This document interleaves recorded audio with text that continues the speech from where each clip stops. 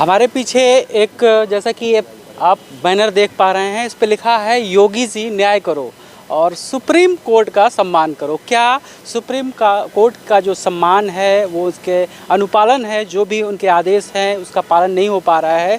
क्या वजह है कि इस तरह के यहाँ पर बैनर लगे हैं?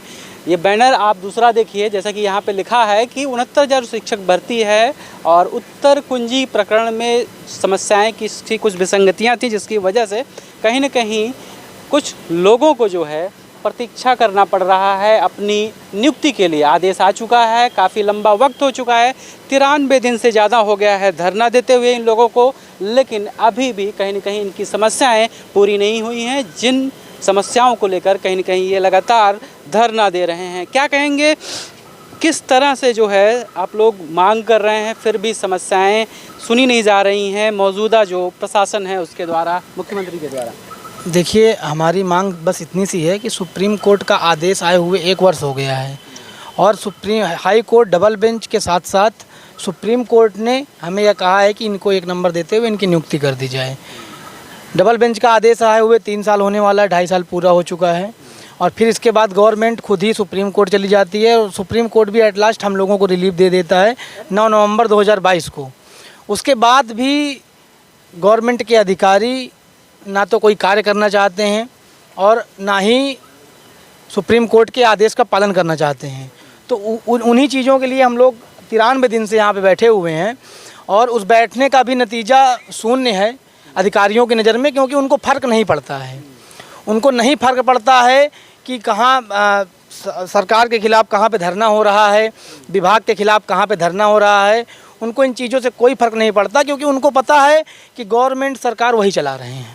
अब ये भी लिख रखा है कि आश्वासन नहीं चाहिए, हमें नियुक्ति चाहिए। आश्वासन मिल रहा है या वो भी नहीं मिल रहा है? आश्वासन तो आप कम से कम हम लोगों को 999 बार मिल चुका होगा और हर बार होता है कि आप ही का काम चल रहा है, लेकिन ऐसा कौन सा कार्य है जो 1 वर्ष से चल रहा है अभी तक पूर्ण नहीं हो पाया? दुख इस बात का है और उसी के लिए हम लोग यहाँ पे बैठे हैं।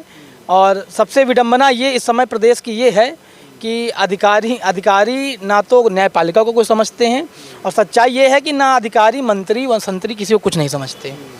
और योगी जी तक हम लोग बात पहुंचाना चाहते हैं। योगी जी भी पता नहीं किस हिसाब से देखते हैं, हमें नहीं पता, लेकिन मंत्री की बात तो नहीं सुनी जाती अधिकारियों द्वारा और योगी जी हमारी बात सुन नहीं रहे हैं, क्योंकि अगर वो सुन लिए होते तो अब तक हो गया होता। तो 93 दिन से हम लखनऊ में बैठे हुए हैं, फिर भी इस बात की संज्ञान माननीय मुख्यमंत्री जी नहीं ले रहे हैं। बाकी हम सारे मंत्रियों से मिल चुके हैं, सारे अधिकारियों से मिल चुके हैं, सबका बस वही है, टाल देने वाला रवैया है इस समय। दीपावली आने वाली है, क्या लगता है दीपावली में खुशखबरी मिल सकती है आप लोगों की नियुक्ति के लिए? उम्मीद है, आपको लग रहा है? अगर ऐसा कुछ करना होता तो हमको 93 दिन यहाँ बैठना नहीं पड़ता। हमें नहीं लग रहा कुछ होने वाला है, लेकिन हम भी जब तक सांस रहेगी तब तक बैठेंगे और देखते हैं कौन झुकता, हम झुकते हैं या प्रदेश सरकार झुकती है, क्योंकि सुप्रीम कोर्ट का सम्मान दांव पे लगा है। 69,000 शिक्षक भर्ती में एक प्रश्न जो विवादित था उस पर जब आदेश आ गया, 9 नवंबर 2022 को आदेश आया और आज 8 नवंबर 2023 है, 1 साल हो गया। इनके पास शर्म लाज हया कुछ नहीं बचा है कि 1000-1200 बच्चों की लिस्ट बनानी है, इनसे लिस्ट नहीं बन पा रहे, लाइए हम सब बना देते हैं।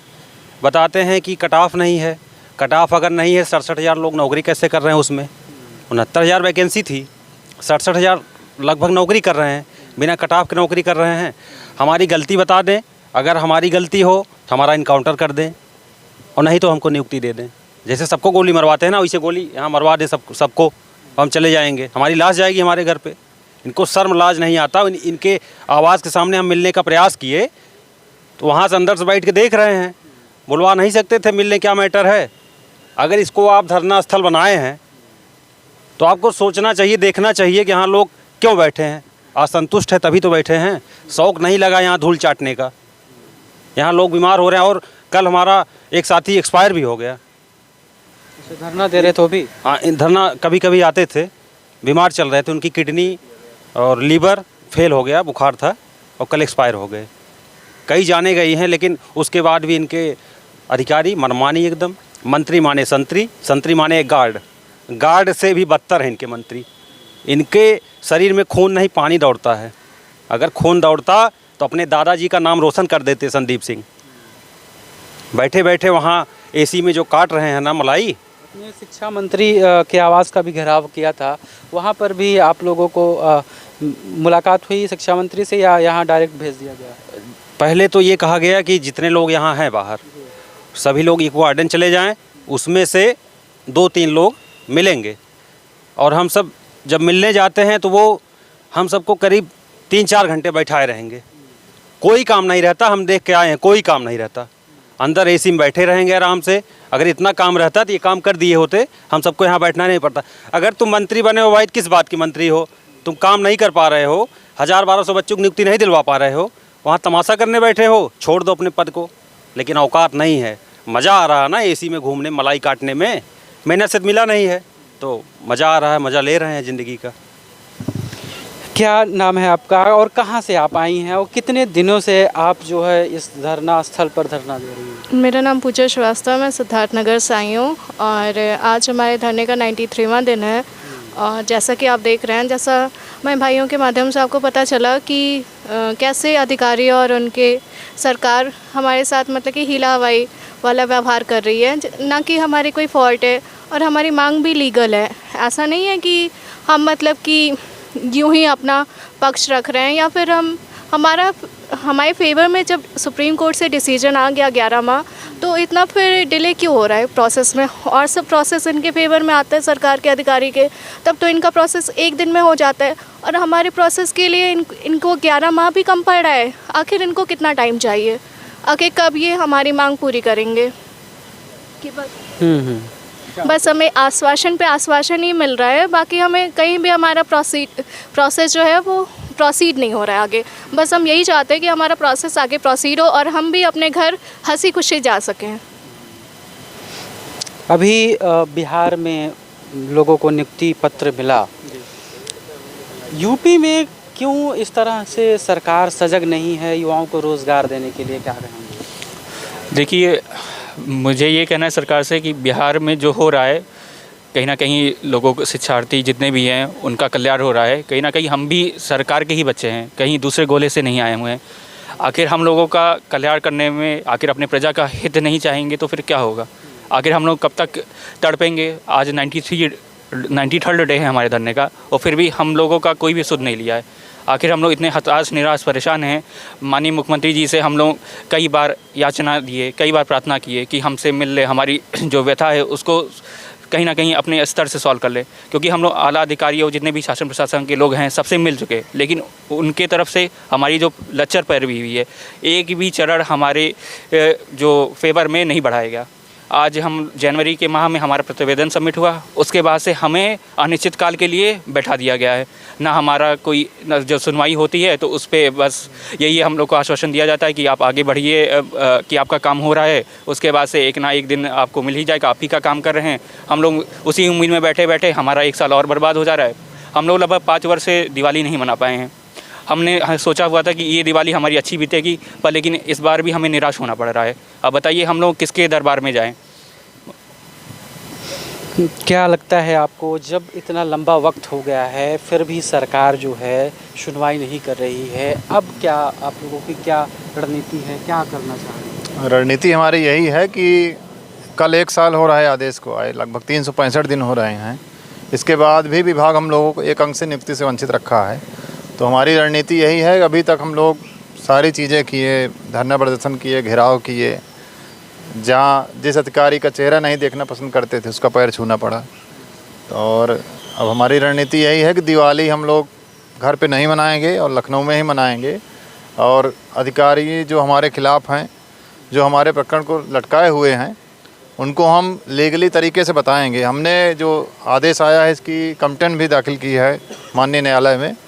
न्यायालय ने इनको हर बार मौका दिया है और इनको अंतिम मौका 22 तारीख जो आने वाली है नवंबर में, तब तक का समय दिया है और कहा है कि अगर आप इन अभ्यर्थियों का जो 1 मार्च अपॉइंटमेंट वाला मैटर है, इस पे आप अगर नियुक्ति अपॉइंटमेंट नहीं करते हैं तो आपको हम आरोप तय करेंगे, फ्रेम चार्ज करेंगे।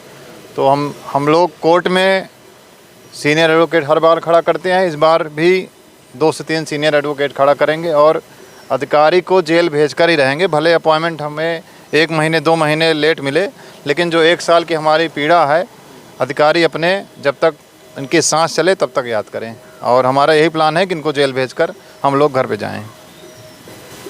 आप क्या समर्थन में आए हैं ये जो 69,000 शिक्षक भर्ती के अंतर्गत जो लोग उत्तरकंजी प्रकरण में जिनकी नियुक्ति नहीं हो पाई, क्या कहना चाहेंगे? देखिए, मैं किसान आंदोलन अभी कुछ दिन पहले भी हुआ था, तभी इन लोगों के बीच आया था, तब इनकी तादाद थोड़ी ज़्यादा थी।